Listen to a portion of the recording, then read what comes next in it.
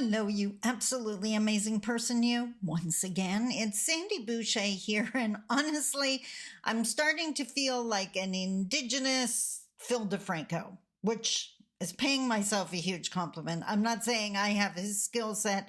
I definitely don't have his team. I'm just saying that in the last couple of videos, it seems like I'm bringing you news from Indian country. It's the things that come across my feed that I realize may not come across yours, especially if you're non-Indigenous, especially if you're not in Canada, but definitely reinforce teachings and things I've shared with you as we go along. So today I have a lot to share with you. We're going to talk about Bill 5 because that's just absolute insanity. I have a Pretendian to tell you about. We haven't had that discussion in a while. I have a few things I want you to think about, and I kind of did something crazy, which absolutely works for me, but you might think I'm insane. So let's talk about it.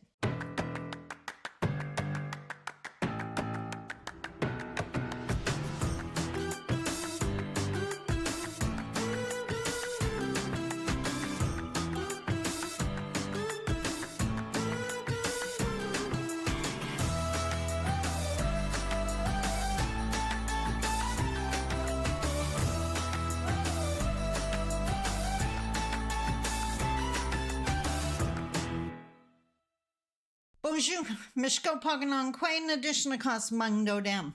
Hi, everybody. My name is Sandy Boucher. I'm Red Thunderbolt Woman of the Loon Clan, a proud member of Seine River First Nation in Treaty 3 territory in Northern Ontario. And as I mentioned in the opening, I have so many different things to share with you. The first thing is some advice for my Indigenous followers. In many different places, many different arenas, for many different reasons, over the years, I have had the opportunity to speak to different people, Indigenous and non, and all of them had what's going on with my hair at the top of my head. We're going to ignore that. All of them had one thing in common, and that was that they were in the process of learning something. They were trying to acquire more knowledge or new skills or whatever the case may be. And one thing that I seem to see over and over was the assumption that they could only learn from people like them. So Indigenous would only listen to Indigenous scholars, would only read books written by Indigenous peoples. Women would only follow women influencers or women thought leaders, or whatever the case may be. That's insane. Just me being my blunt self, that is absolutely insane. So what my piece of advice for you is, I'm actually suggesting, for one, back-to-back teaching. We learn from absolutely everyone we come across. So why would you, is that not prejudice? Like, why would you eliminate learning from an entire group of people just because they're different from you? Yes, you might find reinforcement of what you believe, but you already know what you believe. Why do you need the reinforcement? And what's that quote? Exposure is not conversion. You know what you believe. Just because you're exposed to someone who believes something else doesn't mean you have to adopt it. Like, come on now. You're stronger than that. So here's what I suggest you do. What I did in my early years of learning, and something I now teach other people to do. And that is take the best, leave the rest, as my mom would say. So read from, like, I read a lot of books from successful business people. Most of them that have written books are men. There's a lot more women nowadays, but we're still not on par. I still want to learn how to run a business, and I don't want to just learn how to do it from a female perspective. I want to learn the facts of running a successful business. But in the beginning, I was also servicing an exclusive First Nation customer base. I only worked with First Nations. So what I would do is take the training course and using my knowledge, I'm adding to my knowledge. I'm not pretending I don't have any. You have knowledge. You don't need to pretend you don't have any. So what I would do is using my knowledge, I would interpret what I was reading. So some things, wow, that's going to be handy. That's amazing. I'm so glad I learned that. Other things was, okay, that's not really going to fly in a First Nation community based on my knowledge. But if I tweak it a little bit, it'll work great. Other things, just hard pass. So it's not about an ego trip. It's not about I know more than you. It is acknowledging your knowledge while acknowledging theirs as well. Back-to-back teaching, seeing the whole room. So if you want to learn, put the ego in the corner. Understand you learn from everyone. That doesn't mean you should have blind faith in absolutely no one.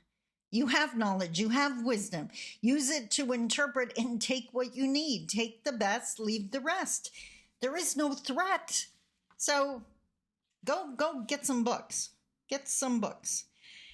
Now, that was like a positive. So now we're going to go into something heavy and we're going to talk about Bill 5, like I promised you. So Bill 5 is called the Protecting Ontario by Unleashing Our Economy Act. So a provincial piece of legislation.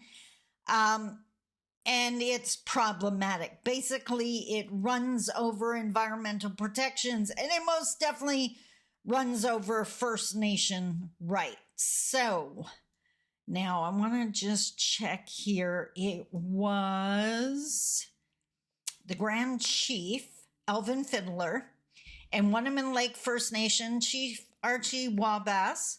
They were at Queen's Park on May 22nd to tell the government of Ontario that Bill 5, the Protect Ontario by Unleashing Our Economy Act, is a direct attack on the land, rights, and future of the people of Anishinaabe Nation. So this was released on social media by Anishinaabe Nation on May 22nd. Anishinaabe Nation is Treaty 9 territory, so all the most remote First Nation communities in Ontario. Before the hearing, NAN received a mandate from Chiefs in Assembly, so their governmental body, all the chiefs got together and gave them NAN the authority. The mandate strongly rejecting this legislation, which threatens to strip constitutionally protected rights and vital regulations governing resource development in our traditional territories. So this is what Grand Chief Alvin Fiddler had to say. I am here to tell you that our treaty is not red tape. Our rights are not red tape. Our children are not red tape. This bill is an assault on our land and our people. Our people have been subject to assault from colonial systems for a long time. The day will come when our young people say, enough is enough. That day is today. Now, from Chief Wabass of Winneman Lake First Nation, our people want to work, to build, to prosper, but these decisions are being made without us. We call on the province to pause the bill and make meaningful space for First Nations voices. We are not stakeholders. We are rights holders. The people of NAN are ready to work, build, and thrive, but they must be respected and included in decisions about their lands and their future. Keep that in mind, what Chief Wabass just said, because that all happened on May 22nd. Then there was a follow-up post from Chief Wabass himself. So I want to put in a little disclaimer here before I share that. The bill itself is problematic. that the overriding, and let's just pretend that we're not here and let's take out the duty to consult, like, it's ludicrous, absolutely ludicrous. But I wouldn't want any Canadian or non-Indigenous person to think that the problem stops with just the legislation, because procedure and process can be just as disrespectful, just as problematic. So on May 24th, 2 days later, Chief Wabass shared on social media. I am just going to read his words because these are his words. I want to share with you the story of what I experienced in the Ontario Legislative Assembly meeting room, where I went to speak on behalf of our nation, our land, our ancestors, and our treaty rights. Before I entered that room, I heard someone say, "I have the pipe." That caught my attention because to us, the sacred pipe is not a casual object.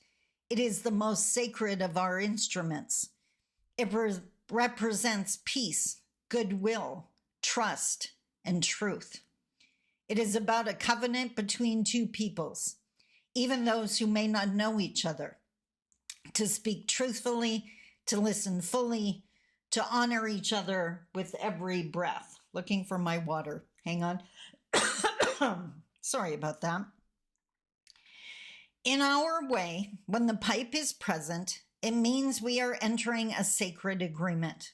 We inhale the smoke and exhale truth. We do not interrupt. We do not lie. We do not speak over one another. We listen with our spirits, not just our ears. This is our law.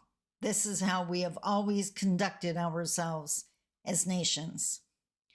When I speak before the Standing Committee on the Interior, I intended to begin by acknowledging the sacred pipe. I intended to show respect, as I was raised to do. But before I could finish even a few words, I was interrupted. They would not even let me acknowledge the pipe or the sacredness of our way of speaking. That was disrespectful, not only to me, but to my people, to my elders, and to my ancestors. They cut me off after only a couple of paragraphs, telling me my time was up. I wasn't finished. I wasn't even close, and I could feel in that moment they were not listening to what I was saying. They had already made up their minds. I thought deeply about this as I traveled home from Toronto. I sat in silence on the road to Thunder Bay. I stayed the night in Sulikout and then caught the flight home to Woonaman. When I got off the plane, the land was completely silent. The lake was still. There was no wind, no birds, only silence. That's when I felt it. My ancestors were telling me something. They were telling me, be at peace, for when the land is calm, a storm is coming. This wasn't just about me being interrupted. This was about something greater. This was about how they treat us. They take the sacred pipe and say, I have the pipe, but they do not understand what it means. They take our lands and say, we are making new laws, but they do not ask for our consent. They sit in high buildings and call it consultation, but they will not give us time to speak, not even 3 minutes. To my people, I say this, our ways are not weak. Our laws are not gone. Our spirits are not silent. They may not listen to our words in their assembly, but our land, our lakes, and our ancestors are listening. To my warriors, prepare yourselves, not for war, but for truth.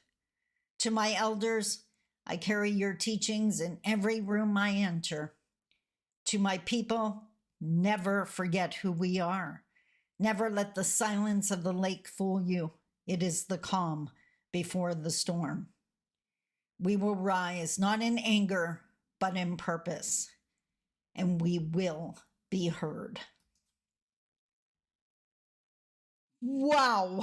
I can say honestly, as Red Thunderbolt woman who can appreciate a good storm, yeah, that resonated with me. What else is on my list now? So now we're going to go to the other side, maybe a lighter piece of content.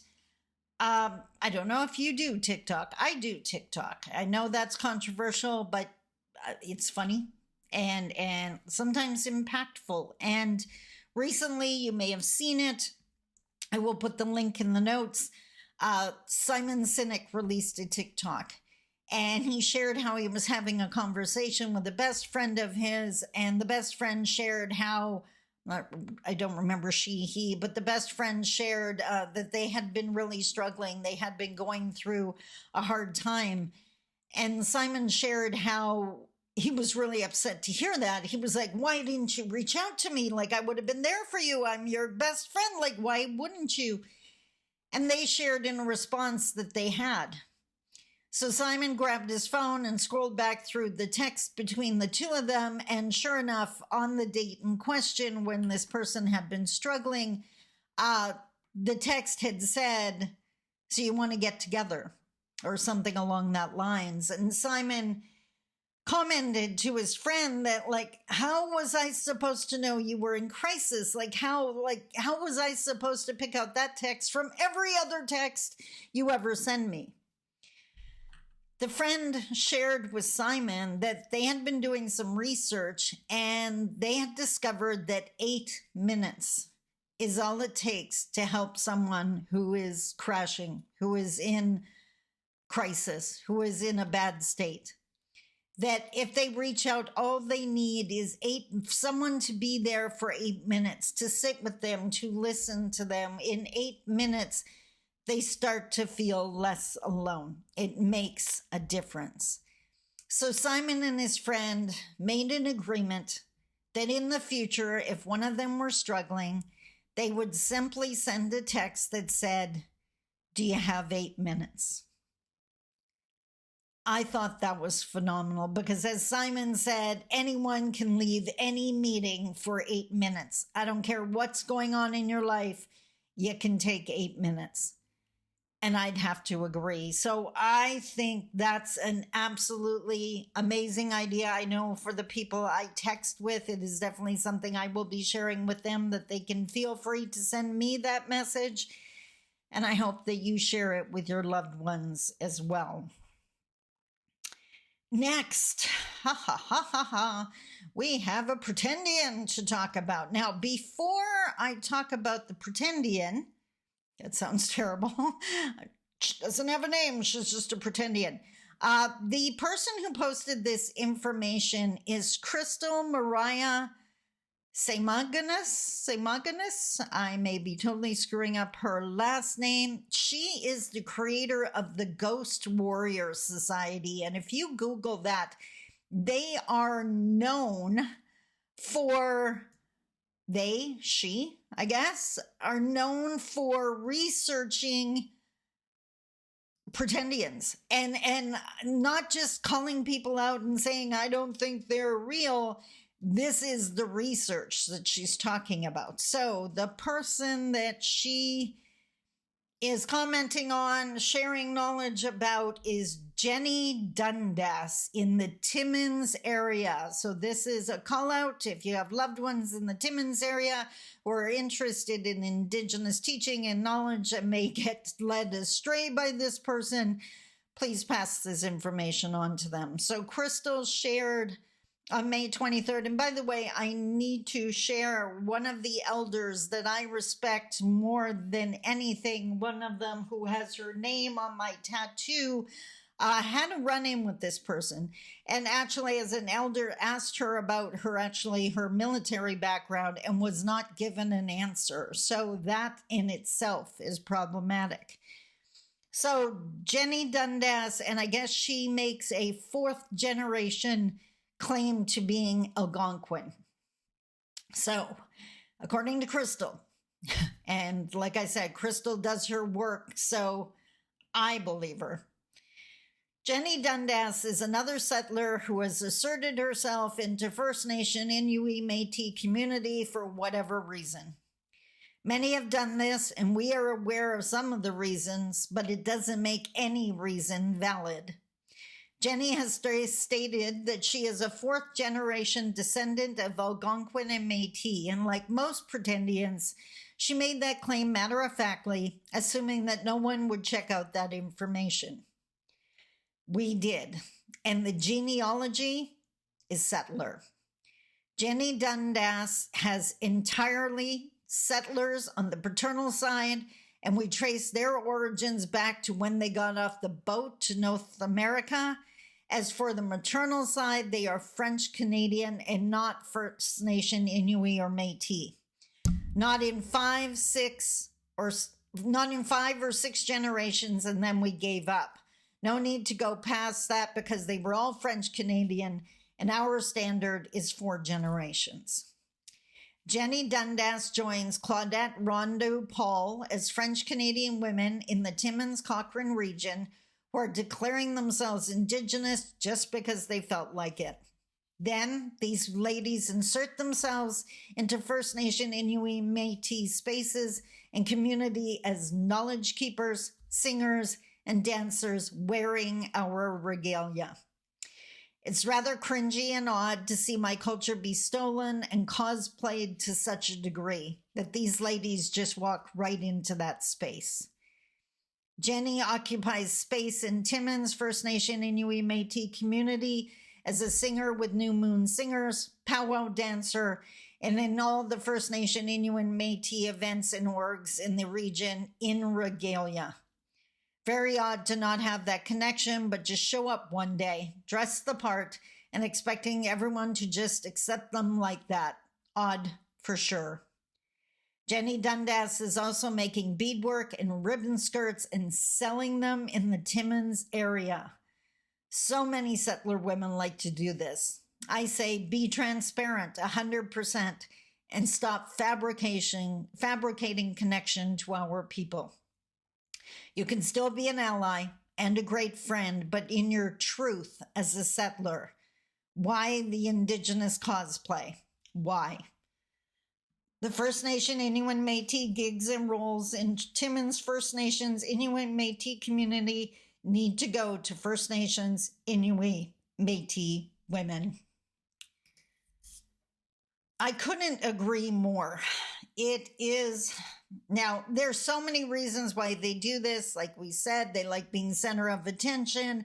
They're going after funding or a position. Often, what I have come across is they want to be on the victim side of history. They don't want to claim settler family. And in the case, just like in the case of Buffy St. Marie, how absolutely insulting is that to their own families? Like, what, we're not good enough to be part of? It is ridiculous. Just because you think our culture is cool doesn't mean you get to make it your own. That is pretendianism, that is extraction, that is inappropriate, that is disrespectful, and I could just keep going on and on and on and on. So, two more things, I think. I did a member short earlier today, actually. And again, it was a TikTok video. I'm highlighting TikTok this week, I guess. And in this TikTok video, well, actually, I released a TikTok video this morning about the fact that you don't look like what you've been through. And I thought that was so profound. You don't look like what you've been through. So, two sides to that feather, as always.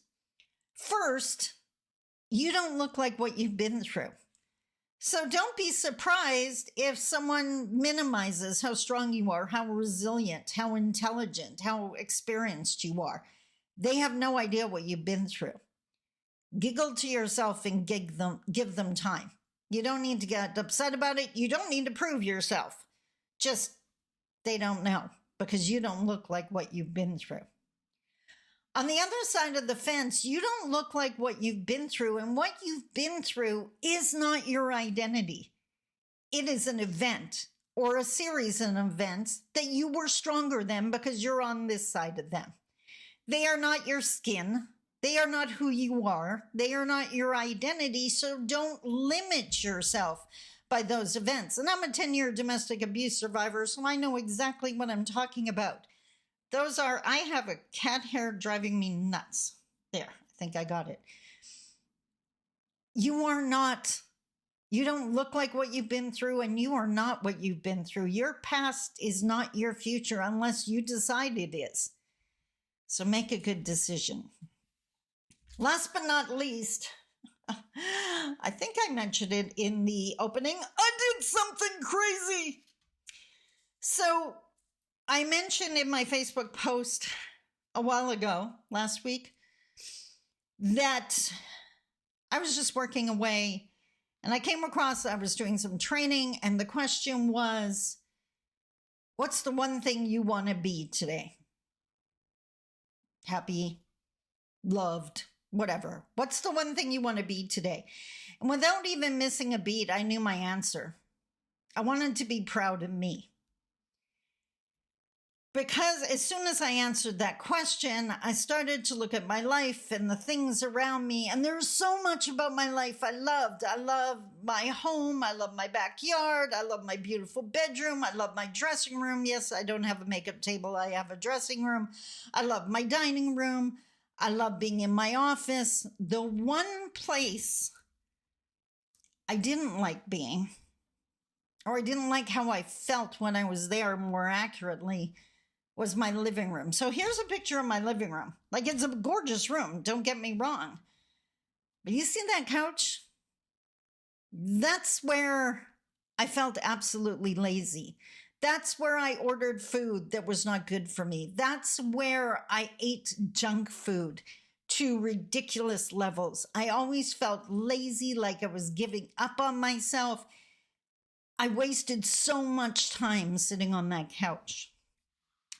So, and by the way, I want to comment on something else, because I've been working on my health and trying to get in shape and, yes, take off some pounds, because I have come to realize that I want to show you a series of pictures here. You may or may not agree, because it's subjective in the eyes of the beholder. But when I was in my younger days, there were quite a few people that considered me attractive. And that sounds like a positive. But it's not necessarily, because what it meant was I got a lot of unwelcome attention. When I decided to do this career and to put myself on stage and to dare to have an opinion different from mainstream, I knew it would also warrant unwanted comments and attacks and backlash. And this may not make sense to you, but it makes total sense to me. The extra weight was almost like a shield, armor. It was, I'm not going to be all of me. I'm just going to be part of me. I am now ready to be all of me. I am ready to be on stage as strong as possible, never disrespectful, never attacking, but not denying truth either. And I can do that as strong and healthy. I no longer need my armor. So I did something absolutely crazy. I want to show you my new quote unquote living room. Here's the picture. You guessed it. It's my office. I got rid of my couch. How dedicated are you to achieving your goals? If there's one thing I've learned, is if you want to achieve a goal, you have to set out and figure out what you're willing to give up to get it. And then ask yourself if you're actually going to do that. I want to achieve my goals. I want to run this business right up to the top of every mountain I want to achieve, and I want to do it happy and healthy. I don't need a couch that makes me feel bad. And by the way, that was an actually really big couch for a single person. So this is my office, and I love it here. And my gym is right behind that wall. I'm ready to achieve, and I hope you are too. So that is it for this week. I hope you enjoyed all the different things I shared. I can't wait to hear your comments. Please put them below. I look at all of them. Until next week, I love you. Take care. Bye-bye.